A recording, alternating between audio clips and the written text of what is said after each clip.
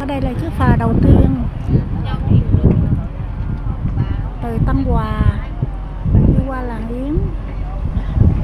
Đường này là đường qua Cù Lao. Phà này đi qua Cù Lao.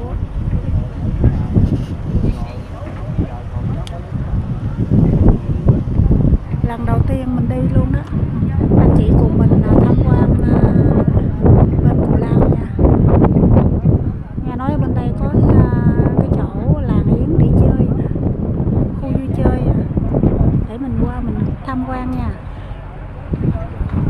Anh chị cùng mình tham quan nha.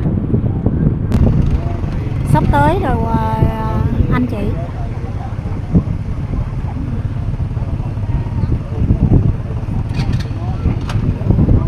Giờ mình cùng qua bên kia sông nha.